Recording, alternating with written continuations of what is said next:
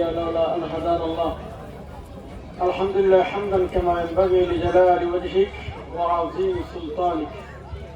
أشهد أن لا إله إلا الله وحده لا شريك له، وأشهد أن سيدنا وحبيبنا ومولانا محمد صلى الله على آله وأصحابه أجمعين والتابعين لهم بإحسان إلى يوم الدين. أما بعد, কোরআন সুন্নাহ পরিষদ কর্তৃক আয়োজিত আজকের এই মহিলা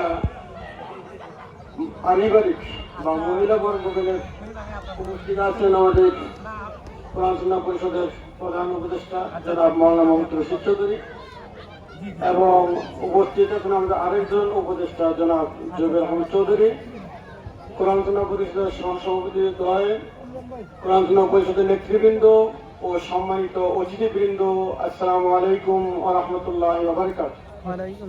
আমরা আসলে যে আলোচনাগুলো আপনি শুনলেন, প্রতি বছরই মাঝে মধ্যে সুযোগ পেলে আমরা এই অনুষ্ঠানগুলো করি। ইসলাম কখনোই এই দাওয়াত, এই আহ্বান বুনিয়াদের কাছে পেশ করে নাই সদা সর্বদা শুধু খালি মসজিদেই থাকতে হবে, দিনের সাথেই থাকতে হবে। না, বিষয়টা এরকম নয়। সংসার চালান, সেটা একটা আবাদত। ডিউটি করেন, সেটা একটা আবাদত। আল্লাহ রাসূল সাল্লাল্লাহু আলাইহি ওয়াসাল্লামের তরিকা মোতাবেক আপনার হাজত আপনি পূরণ করেন, টয়লেটে যান, সেটাও আবাদত। সেই আবাদত হিসেবেই আজকে আমাদের একত্রিত হওয়া। কারণ অনেকে আপনাদের এই পরামর্শ আসে, যারা এই বাচ্চারা সারাদিন ঘরে বসে থাকে, একটু বের হতে পারে না, খেলতে পারে না। মাঝে মধ্যে আমরা এই জন্য এই অনুষ্ঠানগুলো করি, আর এই আলোচনাগুলো আমরা এই জন্যই করি যাতে করে কেবলমাত্র শুধুমাত্র বনে এসে খেয়ে গেলাম না। আমি যদি দু একটা পয়েন্ট দিনের কথা, কোরআনের কথা, হাদিসের কথায় লালন করতে পারি, হৃদয়ে ধারণ করতে পারি, হতে পারে এটি আমার জন্য হেদায়েতের বিশাল একটা কিছু সমাজ উপস্থিতি। সে কারণে আমি যে কয়েকটা বিষয় শুধু উল্লেখ করব, তার মধ্যে একটা হচ্ছে এই, আল্লাহ রাসূল সাল্লাল্লাহু আলাইহি ওয়াসাল্লাম একটা হাদিসে বলছেন যে নাহনুল আখিরিন আস-সাবিকিন, আমি হচ্ছি শেষ যুগের উম্মত। কিন্তু গোটা পৃথিবীর আদম আলাইহিস সালাম থেকে শুরু করে ঈসা আলাইহিস সালাম পর্যন্ত যত নবী আসছেন, যত উম্মত আসছেন, তাদের সকলের অগ্রগণ্য হব আমি। সুবহানাল্লাহ। আমার উম্মতকে নিয়ে আমি জান্নাতে আগে যাবো, আমার উম্মতের সংখ্যা জান্নাতে বেশি যাবে, এই সকল এটা করছে। এর কারণ হচ্ছে তারপরে আমার উম্মতের হায়াত হয়েছে কম। আল্লাহ রাসূল সাল্লাল্লাহু আলাইহি ওয়াসাল্লাম বলেন বাইনা 60 ওয়া 70, আমার উম্মতের হায়াত হবে কত? 60 থেকে 70। মুহাম্মদ সাল্লাল্লাহু আলাইহি ওয়াসাল্লাম নিজে বাঁচছেন 63 বছর, আর অতীতের উম্মতের অনেক নবীরা 200-300 বছর পর্যন্ত বাঁচছেন। আল্লাহ রাসূল এই যে একটা মুহাদ্দিসের ব্যাখ্যা, যে ডিউটি কম লাভ বেশি, ডিউটি কম বোনাস বেশি। কারণ আমরা 60 বছর করে যা করতে পারবো না, তার 300 বছর করে তা করতে পারবে। সুবহানাল্লাহ। এই ক্ষেত্রে আমার একটা আল্লাহ রাসূলের এক সাহাবীর স্বপ্নের কথা মনে হয়ে গেল এই হাদিসের আলোকে। মুহাম্মদ সাল্লাল্লাহু আলাইহি ওয়াসাল্লাম প্রতিদিন ফজরের পরে আপনার স্বপ্নের ব্যাখ্যা দিতেন। তো জনৈক সাহাবী এরকম কষ্ট করতেন, আরেকজন এই কষ্ট করতেন। তো জনৈক এক সাহাবী আল্লাহ রাসূলকে কষ্ট করে, ইয়া রাসূলুল্লাহ, আজকে স্বপ্নে দেখলাম একটা ভিন্ন স্বপ্ন, উল্টো স্বপ্ন। আল্লাহ রাসূল সাল্লাল্লাহু আলাইহি ওয়াসাল্লাম বলেন, ইয়া ফুলান মিন ফুলান, এই অমুকের ছেলে তুমুক, তুমি কি উল্টো দেখলে বলো, ফাসসিরনি, আমাকে ব্যাখ্যা করো। ওই সাহাবী বললেন, আমি ইয়া রাসূলুল্লাহ, আমি দেখছি একে তাই একসাথে দুই সাহাবী ইসলাম গ্রহণ করছেন, দিন সময় একে বরাবর। এখন আমি স্বপ্নে দেখলাম প্রথম একজন শহীদ হয়েছে 1 বছর আগে, আর 1 বছর পরে স্বাভাবিক মৃত্যু বরণ করছেন আরেক সাহাবী পরে। শহীদ যিনি হইলেন 1 বছর আগে, যিনি স্বাভাবিক মৃত্যুবরণ করলেন তিনি 1 বছর পরে। আমরা সকলেই জানি শহীদদের মর্যাদা বেশি, তারা জান্নাতে যাবে বেশি, এবং তাদের নিয়ামত বেশি। তো ওই সাহাবী বলতে ইয়া রাসূলুল্লাহ, আমি দেখলাম ওই সাহাবীদের মধ্যে থেকে একজন সাহাবী যিনি পরে মারা গেছেন, তার নিয়ামত অনেক অনেক বেশি। তখন মুহাম্মদ সাল্লাল্লাহু আলাইহি ওয়াসাল্লাম বললেন, ইয়া ফুলান বিন ফুলান, ওই অমুকের ছেলে অমুক, তুমি যা দেখছো সেটাই ঠিক দেখছো। সুবহানাল্লাহ। তো রাসূল সাল্লাল্লাহু আলাইহি ওয়াসাল্লাম ওই সাহাবীকে জিজ্ঞেস করলেন, ইয়া রাসূলুল্লাহ, আপনি বলেন এটা কি করে হলো? তখন আল্লাহ রাসূল ব্যাখ্যা করতে লাগলেন, যিনি 1 বছর পরে মারা গেলেন তিনি কি প্রতিদিন 5 ওয়াক্ত নামাজ পড়েন নাই? তখন সাহাবী বললেন, বালা ইয়া রাসূলুল্লাহ। তিনি কি একটা রমজান পান নাই? তখন ওই সাহাবী বললেন, বালা ইয়া রাসূলুল্লাহ। তিনি কি আরাফাতের দিন একটা বেশি পান নাই? ওই সাহাবী বললেন, বালা ইয়া রাসূলুল্লাহ। এরপরে বললেন, একটা রমজান কি সে বেশি পায় নাই? তখন বললেন, বালা ইয়া রাসূলুল্লাহ। সুবহানাল্লাহ। তখন সাহাবী সহ ওই মাজমায় যারা ছিলেন, ওই মজলিসে যারা ছিলেন, সকলেই বুঝে গেলেন, আমরাও ব্যাখ্যা বুঝে গেলাম। সম্মানিত অতিথিবৃন্দ, এই যে আমরা এখন এমন একটা অবস্থায় আছি, এই আজ থেকে 1 তারিখ শ্রাবণ মাসে, আমরা কেউ জানি কেউ জানি না। মা আয়েশা রাদিয়াল্লাহু আনহা থেকে বর্ণিত, তিনি বলছেন, এই শ্রাবণ মাসে আল্লাহ রাসূল সাল্লাল্লাহু আলাইহি ওয়াসাল্লাম যত রোজা রাখছেন অন্য মাসে তা রাখেন। তো কোথায় আপনারা আমার আমল? আপনি তো বলেন আমি রাসূলের অনুসরণ করি। তাহলে মিষ্টি খাওয়ার মধ্যে, জামা পরার মধ্যে অনেক ক্ষেত্রে আমরা ছোট ছোট অল্প সবগুলোর গুরুত্ব আছে বটে, যেটা আমার জন্য ইজি, আমার জন্য সহজ, কঠিন না, ওগুলো আমরা গ্রহণ করি। যেটা কঠিন তোমার আবাদত সেই ক্ষেত্রে আমরা রাখি। সমাজ অতিথি, কিন্তু তাহলে আপনার আমল আমার আমল যদি আল্লাহ রাসূলের সুন্নতের সাথে না মিলে, তাহলে ওই আমলকে আমরা জান্নাতে যেতে পারবো না। সমাজ অতিথি, কিন্তু এই জন্য এই যে আজকে বিশাল আলোচনা আমরা আনন্দ করলাম, আনন্দের সাথে যে এই আমল আমরা নিয়ে যাবো। বিগত বছর আমরা বিগত মাসগুলোতে রোজা রাখি না না রাখি অসুবিধা নেই, শ্রাবণ মাসে রাখি, তাদের আসলে একটা সুন্নতের সাথে আপনার সুন্নতটা মিলে গেল। সুবহানাল্লাহ। আমাদের দেখবেন যে আমার গোলাম যে আল্লাহ যান না, আল্লাহ মানুষদেরকে জান্নাতের দিকে আহ্বান করে। কোন গোলাম জান্নাতে যেতে পারতেছে না, আমলের ঘাটতি আছে, তখন আল্লাহ রাসূলের হাদিস অনুযায়ী আল্লাহ রাসূল সাল্লাল্লাহু আলাইহি ওয়াসাল্লাম বলছেন, তখন ছোট ছোট আমল, সুন্নত আমলগুলো আল্লাহ দেখবেন, ওগুলা দেখে তাকে জান্নাত দিয়ে দিবেন। বলুন সুবহানাল্লাহ। এজন্য সম্মানিত অতিথিবৃন্দ, এই যে শ্রাবণ মাস আল্লাহ রাসূল সাল্লাল্লাহু আলাইহি ওয়াসাল্লাম কেন এত বেশি ইবাদত করতেন? তো আরেক হাদিসে আল্লাহ রাসূল সাল্লাল্লাহু আলাইহি ওয়াসাল্লাম বলছেন যে প্রতিদিন মানে ফেরেশতারা আমল উঠায়, একটা আসরের সময় আর একটা ফজরের সময়। ফজরের সময় এক শিফট হয়, মানে ফেরেশতারা আসে, আবার এরা চেঞ্জ হয় আসরের সময়। দিনের আমল, রাত্রের আমল প্রতিদিন 2 বার উঠানো হয়। আল্লাহ রাসূল সাল্লাল্লাহু আলাইহি ওয়াসাল্লাম বলেন, সপ্তাহে আবার 2 বার উঠানো হয়, একদিন সোমবার আর একদিন কেবল খামিস, মানে বৃহস্পতিবার আর সোমবার। এই জন্য আল্লাহ রাসূল সাল্লাল্লাহু আলাইহি ওয়াসাল্লাম সপ্তাহে 2টা রোজা রাখতেন, একদিন সোমবার আর একদিন বৃহস্পতিবার। তো এখন এই যে আল্লাহ রাসূল কেন রাখতেন? উদ্দেশ্য যে এই বললেন, আমি পছন্দ করি এমন ভাবে আমলটা উঠুক, আমি রোজা রাখি। সুবহানাল্লাহ। আল্লাহ মানুষ ছিলেন, আপনারা আমার শিখানোর জন্য মানুষ হিসেবে আল্লাহ প্রেরণ করছেন।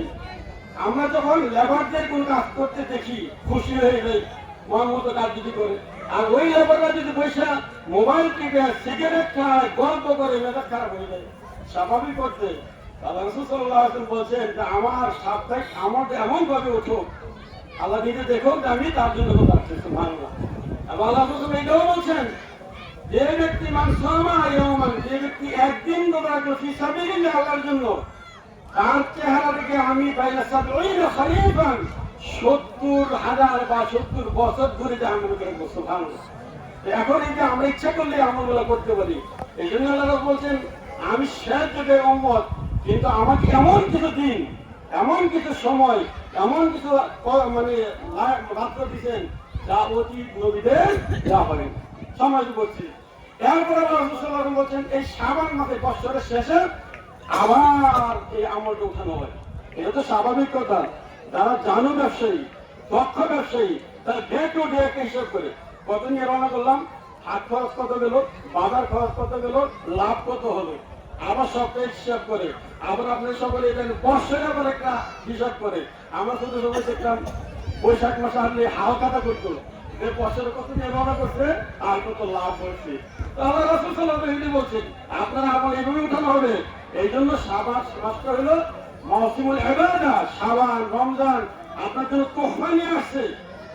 আপনি 720 ঘন্টা সময়, রমজান মাস যদি 1 তারিখ থেকে 30 তারিখ হিসাব করা হয়, আপনাকে এমন হিসাব করতে হবে আমার জীবনের 30 বছর চলে গেছে, 40 বছর চলে গেছে, 50 চলে গেছে, এতগুলো রমজানকে আমি কি করছি, উপার্জন কি করতে পেরেছি। আমি আপনার যদি টার্গেট রাখি যে 25 রমজান যখন বিগত সকল রমজানের চেয়ে অনেক উত্তম, তাহলে জীবনের টার্নিং মোড আমরা চেঞ্জ করতে পারবো। এই জন্য সময় চলছে। কিন্তু এই শ্রাবণ মাস চলে আসছে 1 তারিখ থেকে, আমরা শ্রাবণ মাসটাকে রোজা বেশি রাখতে এই জন্য প্রস্তুতির জন্য সামনে রোজা আসতেছে, একটু রেখে বিষয়টা ঠিক করি। সুবহানাল্লাহ, এইটা একটা বিষয়। আর আরেকটা বিষয় আমার ওটা নয়, আরো বিষয় হচ্ছে এই শেষের 10 দিকে শেষের দিকে আল্লাহ রাসূল আবার সামনে রোজা কম রাখতেন। তাহলে ওই রমজান আসতে শরীরটা একটু ঠিক করি। তো এখন এইটা বুঝতে হবে আমাদের, একজন কৃষক হাল চাষ করার আগে জমি বীজ বপন করার আগে জমি রেডি করে, একজন আপনি পরীক্ষার্থী পরীক্ষা দেওয়ার জন্য সে প্রস্তুতি নেয়, আপনি এমন একটা দিনে প্রস্তুতি যাচ্ছেন, এমন একটা মাসে প্রস্তুতি যাচ্ছেন, যেই মাসে নফল করলে ফরজের সব। সুবহানাল্লাহ, হাদিস কি চিন্তা করি? আমরা চিন্তা করি না, তো শুনি আর চলে যাই। আর একটা ফরজ করবেন 70টা ফরজের সমান সব। সুবহানাল্লাহ, আর নেই যেটা আমরা চিন্তাশীল হয়ে থাকি। আপনার জীবনে 70 টাকার দ্বারা নামাজ পড়ছেন কোনোদিন? আমরা হয়তো, আমি তো করিনি, আপনি কি করেনি? 20 টাকা করতেই আমাদের হাতও পাকা হয়ে যায়, মাথায় কষ্ট হয়, পারি না।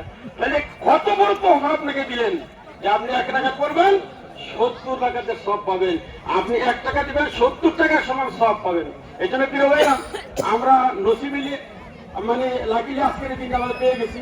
যারা আমার সামনে আছেন, আমি সহ, আল্লাহ যেন আমাদেরকে একটা বরকত মণ্ডিত মাস যেটা আছেন, যেজন্য আল্লাহ রাসূল সাল্লাল্লাহু আলাইহি ওয়াসাল্লাম দোয়া করতেন, আল্লাহুম্মা বারিক লানা ফি রজব ওয়া শাবান ওয়া বাল্লিগনা ফি রমাদান। যে রমজান, তুমি এই রজব ও শাবান মাসকে বরকত মণ্ডিত করো, মেহেরবানি করে রমজানে পৌঁছে দাও। সুবহানাল্লাহ, হতে তো পারে রমজানের আগে আমার আগে মালাকুল মউত এসে যেতে পারে, কোথায় যাবো? এত এই জন্য আল্লাহ রাসূলের তামান্না ছিল, তামান্নাটা এই যে আল্লাহ তুমি এত হায়াত দীর্ঘ করছো, যেহেতু রমজানে যেহেতু কাছাকাছি পৌঁছে গেছি, আমি কোনো মতো রমজানে পৌঁছে যাচ্ছ। সুবহানাল্লাহ, কি তামান্না! এই তামান্না আজকে মুসলিম বিশ্বে নাই। আজকে যাচ্ছি ইফতারিকে কত করবো, বাজার কত করবো, সেই স্বপ্নে আমরা আছি না। আপনার যে দিন চলে যাচ্ছে, সময় চলে যাচ্ছে, কথা বেশি হয়। এই জন্য আমাদের রমজানের প্রস্তুতি যে বিষয়টা বলবো সেটা হচ্ছে এই কোরআনের মাস, কোরআন নাযিল করছে এই মাসে, এই জন্য এই মাসের মর্যাদা বেশি। বাংলাদেশ কোরআন সুন্নাহ পরিষদ সকল সময় এই যে 200-র উপরে আমাদের উপশাখা আছে, প্রত্যেকটা উপশাখা কোরআন শেখানো হয়। এই নয় যে আমি মাস্টার ডিগ্রি পাস করছি, আমি ডক্টর হয়ে গেছি, ইঞ্জিনিয়ার হয়ে গেছি, মাওলানা হয়ে গেছি, আমি 10 আজমিতে দাওরা হাদিস পাস করছি, কামেল পাস করছি, সব পড়াশোনা শেষ না। কোরআন সুন্নাহ পরিষদ ওই হাদিসটা ফলো করার চেষ্টা করে, যেটা আল্লাহ রাসূল সাল্লাল্লাহু আলাইহি ওয়াসাল্লাম বলেছেন, ইতলুবুল ইলমা মিনাল মাহদি ইলাল লাহদ। তুমি জ্ঞান অন্বেষণ করো যে জন্ম থেকে। আজকে আমাদের সমাজটা খারাপ কেন? আমরা যাবতীয় বলে যাই। আল্লাহ রাসূল বলছেন, কোরআন কেউ শিখলো, অধ্যয়ন করলো না, চর্চা করলো না, এটা মোতালা করলো না, তাহলে এইটা হবে ওই ওটের মতো। যে ওটটা যদি মরুভূমিতে ছেড়ে দেওয়া হয়, ওইটা যে কোন দিকে যাবে খবর থাকবে না। দিন শিখলো, ইসলাম শিখলো, কোরআন তার হৃদয় ধারণ করলো, চর্চা নাই, সেইটা তার হৃদয় থেকে চলে যাবে। আমরা যারা হাফেজ বাস্তবতেই যে না আসলে কিছু না করলে হৃদয় থেকে চলে যায়। এই জন্য আমাদের আজকে আহ্বান হচ্ছে আপনাদের সকলের প্রতি, এই যে দিন সময় চলে যাচ্ছে, আমরা কোরআনের করি হবো। এখানে আমরা রাজনীতি করি না, সামাজিক কাজ করি, কোথায় কার কতটুকু উপকার করতে হবে। এই যে আমাদের স্যার একটু আগে বলে গেলেন, ডেইলি আমরা এই কাজটা করি, কার কতটুকু অভাব দূর করা যায়, কার কতটুকু উপকার করা যায়, কার কাছে গেলে অসুস্থ রোগীদের কতটুকু সেবা দেওয়া যায়, এগুলো আমাদের কাজ। কোরআন শেখা কাজ, কোরআন অনুযায়ী আমাদের জীবনটা পরিচালনার কাজই আমরা করি। তা আমি আর এত লম্বা কথা বলবো না, আরো কাজ আছে, আমাদের খেলা আছে, এবার প্রাইজ বিতরণ আছে, আমি এখানে শেষ করতে যাচ্ছি।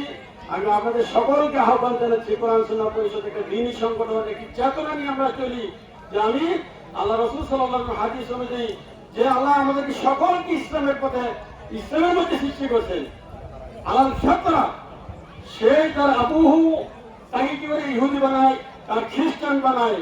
তো সুতরাং এই ইসলামের মধ্যে আমরা জন্মগ্রহণ করছি, সেই ইসলামের আলোকে যদি আমাদের জীবনটা সাজাই, তাহলে ইনশাআল্লাহ আমরা আল্লাহ সুবহানাহু ওয়া তাআলার সাথে যদি সাক্ষাৎ করবো, আমাদের সাক্ষাৎটা হবে পবিত্র।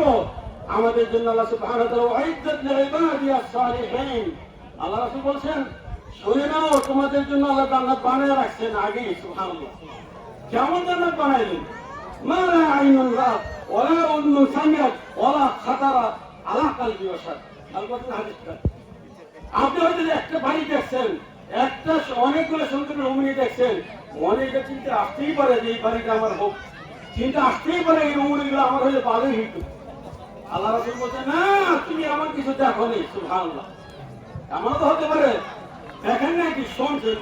এদিকে থেকে পত্রিকা দেখলাম বর্তমান বিশ্বের সবচেয়ে বড় বাড়ি দিতে, সেটাতে সৌদি যুবরাজ কিনছেন আবু মোহাম্মদ, কোথায় ফ্রান্সে। তো আমার মনে মনে ভাবতেও লাগে তার নাম না, আমি এই বাড়িটা আমার হলে মন হইতো কি। আল্লাহু আকবার। আল্লাহ বলতে না, মালা আইনুল রাত ওয়ালা উযুন সামিয়াত, না দিব শোনো অনেক কাহিনী, এমন জান্নাত তোমার জন্য আমি বানাই। আল্লাহু আকবার। প্রিয় ভাইরা, এগুলো সব রেডি করা আছে। আপনার আমার সিদ্ধান্ত নিতে হবে আপনি কোন দিকে যাবেন। আপনি কোরআন আপনার সামনে, ইসলাম আপনার সামনে, একটু চিন্তা চেতনা চেঞ্জ করে দিলে আপনার জন্য এখানে দেওয়া একবারই সহজ। এরপর হাদিসের শেষ অংশ বলি, আমি শেষ করে সেটা হচ্ছে এই, আল্লাহ রাসূল বলছেন মানুষ এটাও চিন্তা করতে পারে, গবেষণা করতে পারে, আমার বাড়িটা গাড়িটা এমন হোক। আল্লাহ রাসূল বলছেন ওয়ালা খাতারা আলা কালবি বাশার, মানুষের হৃদয়ে সে চিন্তা আসে। সুবহানাল্লাহ। তাহলে একদিকে আল্লাহ সুবহানাহু ওয়া তাআলা জাহান্নামীদেরকে মজলুম থেকে এমন শাস্তি দিবেন, আযিবুল্লাহু আযাবাহু আহাদ, এমন শাস্তি দিবেন তার জীবনে শাস্তি দেয় নাই। ওয়া ইউসিকু ওয়াসাকাহু আহাদ, এমন ভাবে বাঁধবেন 70 গজ শৃঙ্খলিত করবেন। আপনার লোহার শিকল আছে না, আপনার বডিটা 70 গজ দিয়ে বাঁধা হবে জাহান্নামীদেরকে। আর আল্লাহ রাসূলের হাদিস উনি বডি এরকম থাকবে না, মানে ফাদুকুল আযাব, আযাব যাতে ভোগ করতে পারে বডিটা বাড়িয়ে দেওয়া হবে। আর সেটা বাদ দেন, এরপর অর্ডার করা হবে খুদু ফাগুল্লু সুম্মাল জাহিমা সাল্লু, প্যাকেট করো জাহান্নামে নিক্ষেপ করো। সময় বেশি দিবেন তো, তাহলে একদিকে জাহান্নামের আযাবের আযাব, আরেকদিকে নিয়ামত আর নিয়ামত। এই তো শাবান মাস, মাসুমের আবাদত সকলেই আমরা বুঝি। ফল কাটার একটা সিজন আছে, জ্যৈষ্ঠী মাস আমাদের থেকে আম জাম কাঁঠাল লিচু আনারস জাম সব ফল পেতে যায়, খাবেন কয়টা। ঠিক অনুরূপভাবে বৈশাখ জ্যৈষ্ঠী মাসে আপনার ফল কাটারও সিজন আছে। এখন এই যে শাবান মাস, রমজান মাস আসছে, মাসুমের আবাদত বলা হয়। আমি যতটুকু আবাদত করতে পারি সেটি হলো আমাদের জীবনের সকল চেয়ে বেশি পাওনা। আল্লাহ আমাদের সকলকে কল্যাণ মঞ্জুর করুন। আমি আপনাদের আবারও মুবারকত জানাচ্ছি আমাদেরকে সময় দেওয়ার জন্য, আমাদেরটাকে সাড়া দেওয়ার জন্য। আপনারা সকল সময় আমাদের পাশে থাকবেন, পাশে আছেন আপনারা আলহামদুলিল্লাহ। সেদিন আমরা একটু বড় বড় প্রোগ্রাম করতে পারি, ভবিষ্যতে আরো ভালো করতে পারি, এই দোয়া কামনা করি আমি শেষ করছি। ওমা তৌফিক ইল্লা বিল্লাহ, আলাইহি তাওয়াক্কালতু ওয়া ইলাইহি উনীব। আসসালামু আলাইকুম ওয়া রাহমাতুল্লাহি ওয়া বারাকাতুহু।